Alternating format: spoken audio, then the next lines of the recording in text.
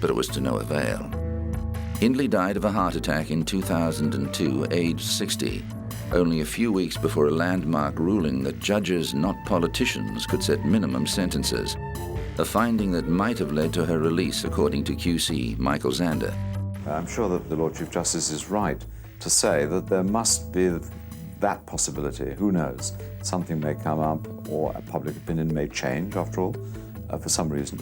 Or this person who's been 20, 30, 40 years in prison is now an old person or is a sick person and can safely be released, and public opinion will stand for that. Other killers told that life means life include Hindley's co-conspirator Ian Brady, Yorkshire Ripper Peter Sutcliffe, sadistic murderer Dennis Nilsson, and House of Horrors killer Rosemary West. For a time, Hindley and West were in the same wing of Durham Prison, which became dubbed the Club of the Damned.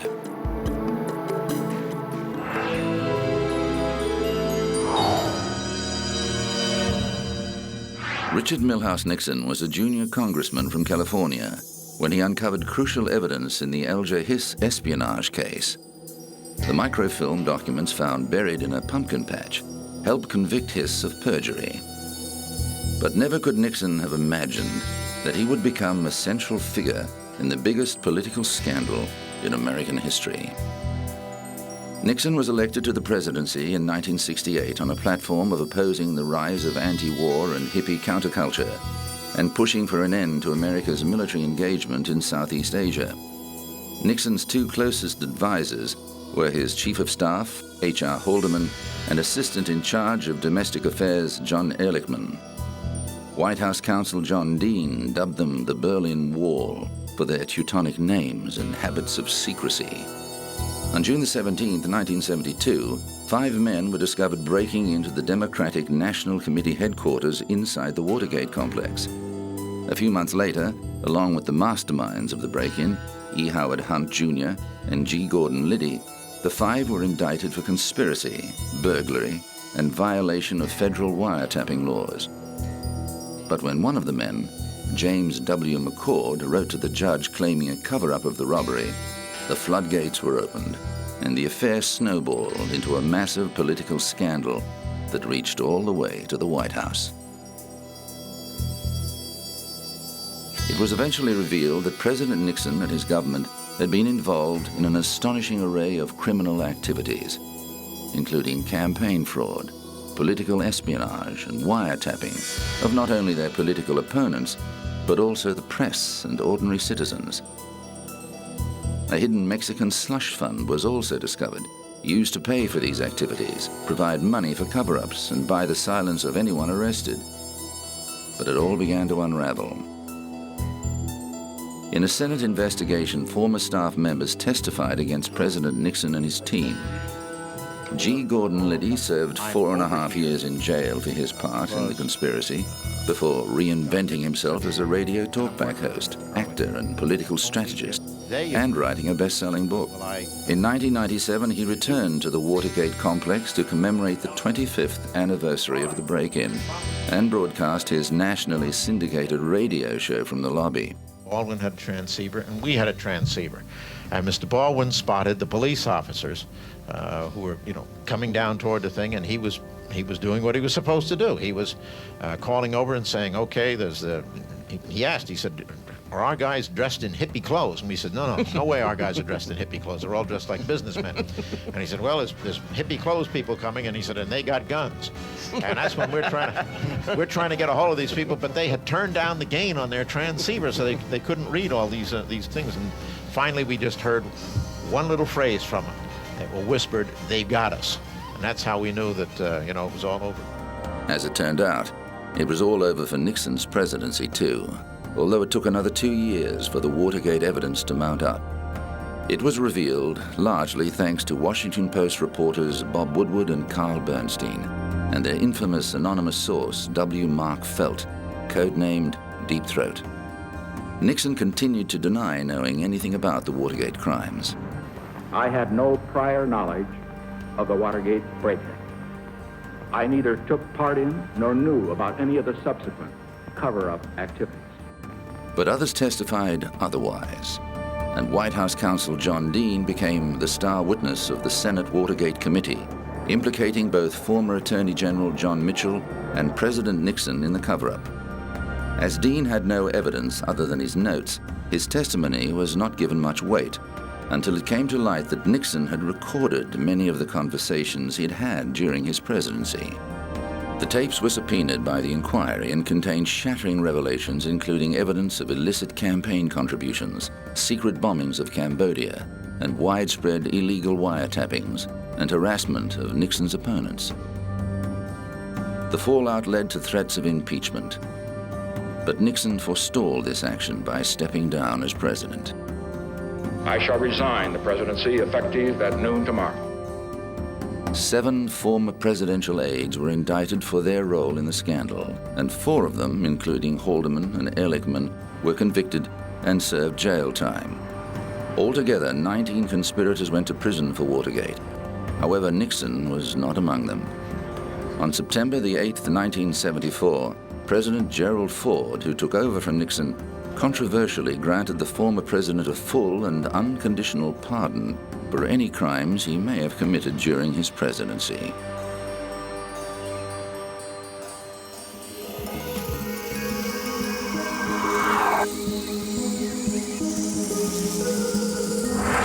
Coming up, O.J. Simpson's infamous life.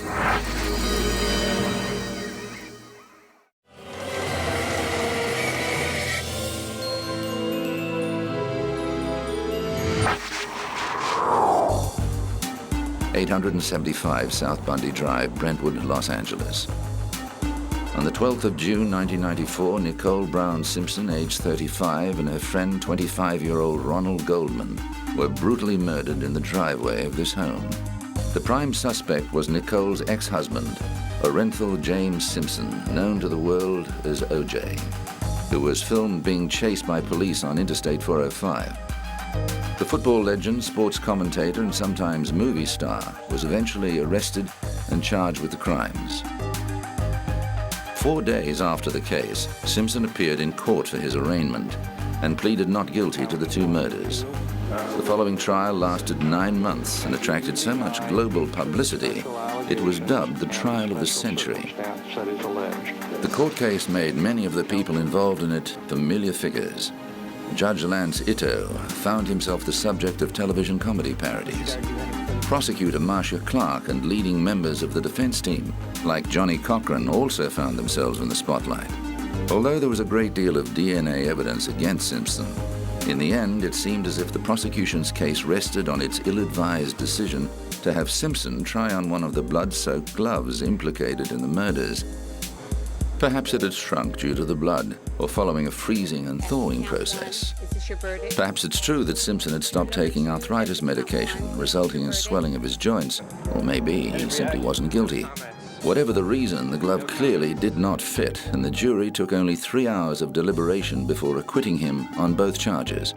However, in February 1997, the case took an even more bizarre turn, when a civil jury in Santa Monica found Simpson guilty of the wrongful death of Goldman, as well as battery against both Goldman and Nicole Simpson. But Simpson refused to pay the $33 million in civil damages awarded to the Goldman family. Controversy flared again when Simpson attempted to publish a book called If I Did It in 2006. The Goldman family took him to court and won the right to collect 90% of the book's profits to satisfy the unpaid civil judgment. In 2007, O.J. Simpson was back in court for allegedly stealing sports memorabilia from a Las Vegas hotel room. He and his 2 co-defendants, Clarence C.J. Stewart and Charles Ehrlich, were bound over for trial on a total of 12 charges. Prosecutors say the men stormed into the hotel room of sports collectors Alfred Beardsley and Bruce Fromong at the Palace Station Hotel and took thousands of dollars worth of Simpson's own memorabilia at gunpoint. Officials charged him with kidnapping with a deadly weapon, robbery with a deadly weapon, and assault and conspiracy to commit kidnapping, robbery and burglary, among other crimes. In January 2008, Simpson was again in front of a judge, facing allegations that he had violated his bail conditions. And when I tell you, Mr. Simpson, there are conditions and there are rules, let me make sure that you understand that if you violate those rules... The 60-year-old has said he was not stealing the memorabilia, but taking back what belonged to him. He remains free on bail of $250,000, but if convicted of the charges, he's facing the inside of a jail cell for the rest of his life.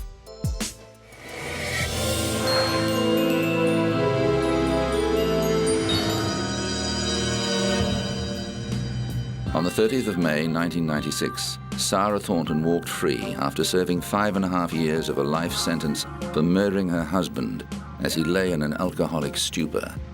An appeal over her original conviction saw her murder charge overturned in favor of a manslaughter verdict.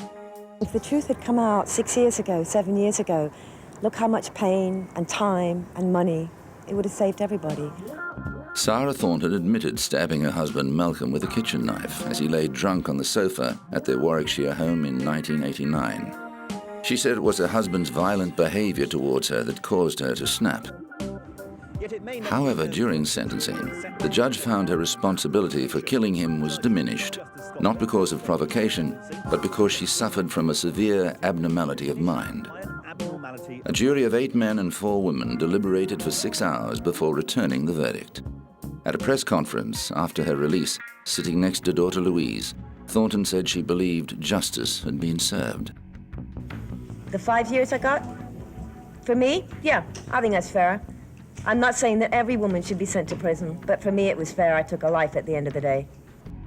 But Malcolm Thornton's family was disappointed with the result. People get 15, 20 years for armed robbery.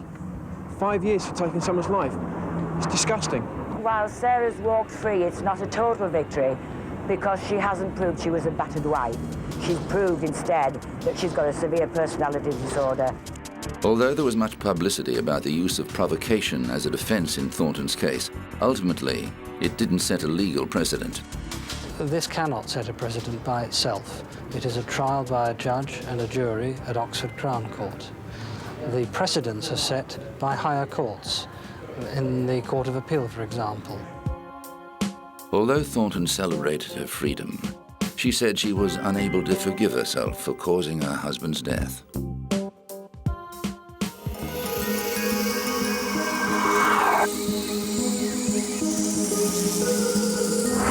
Coming up, Jack the Ripper.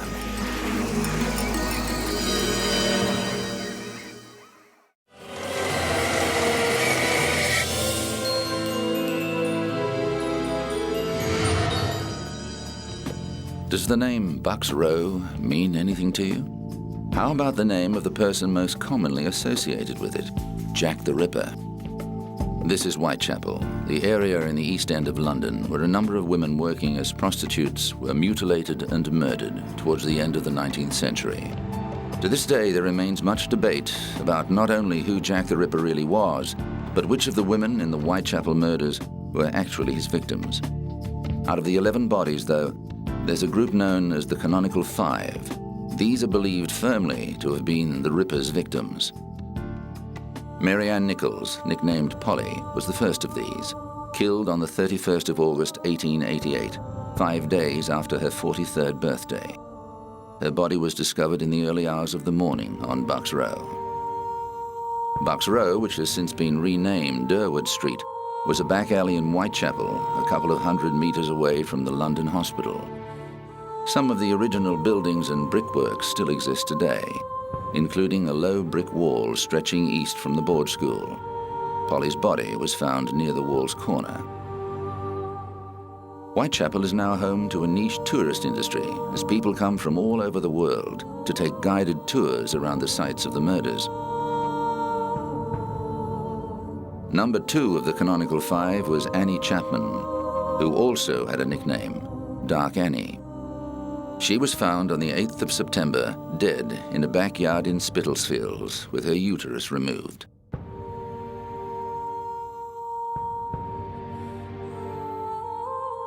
Throughout the police investigation, a huge number of letters were sent to the police. Most of them were declared hoaxes, but there were a handful that the police took more seriously. The first of these was the Dear Boss letter received on the 28th of September. It was the first time the serial killer signed himself Jack the Ripper, and also referred to clipping a lady's ears off, which rang alarm bells the very next day. The 30th of September 1888 became known as the double event because two women were found close together on the same day. Victim number 3 was Elizabeth Stride, also known as Long Liz. The Swedish-born 43-year-old was found in the early hours in Dutfield's yard off Berner Street. Like Bucks Row, Berner Street was also renamed to play down the ghoulish connotations. Catherine Eddowes was a bit different. Her body was found outside Whitechapel in Mitre Square in the City of London.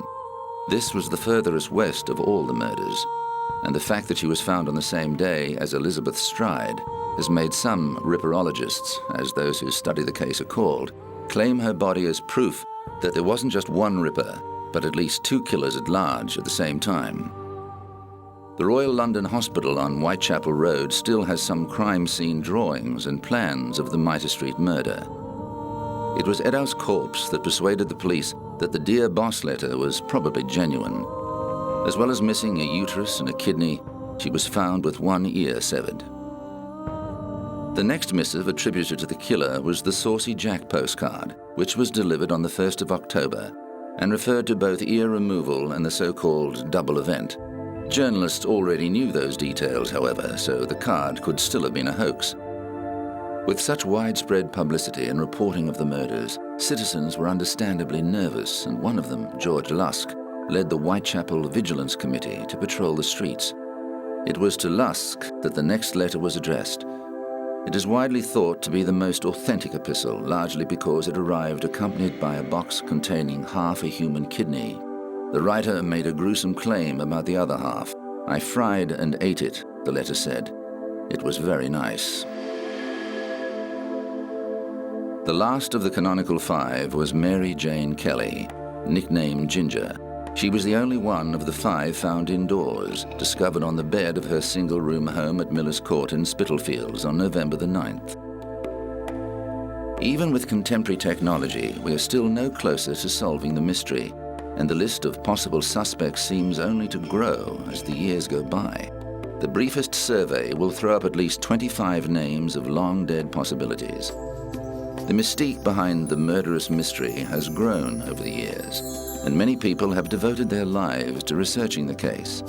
And at London's police headquarters at Scotland Yard, a museum of crimes from the past contains a number of exhibits on the city's most famous unsolved crime.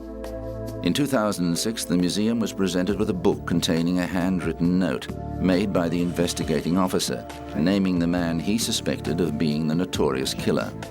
Over the years, suspects have included Montague John Druitt, a 31-year-old barrister and schoolteacher, and Dr. Francis J. Tumblety, an American quack doctor who was arrested in 1888 for gross indecency. But Chief Inspector Donald Sutherland Swanson believed a Polish man, Aaron Kosminski, was responsible for the murders. The book was handed to the museum by Swanson's great-grandson, Neville. It's by Sir Robert Anderson, who was my great-grandfather's boss at Scotland Yard. And this is one of his many memoirs called The Lighter Side of My Official Life. And he presented a copy to my great-grandfather as they'd worked closely together for many years. And my great-grandfather sat down and read it and made certain pencil annotations in parts where he thought he could add to the picture. And there's certain notations there which name who he thinks the killer was? Yes, at the very end of his penciled notes, he says Kosminski was the suspect.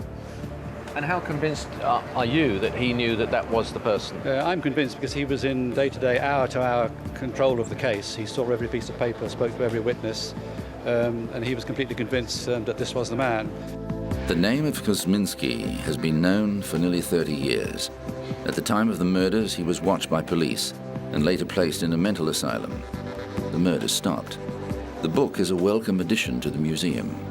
Everything, the genuine items, all down at the National Archives. So we would have no more than anybody else. And so to have this one item in its uniqueness, we're very, very pleased to get it. But even a policeman's suspicions won't be enough to end the debate about who Jack the Ripper really was. There will always be speculation. There will always be people that have their own theory. You will never stop that.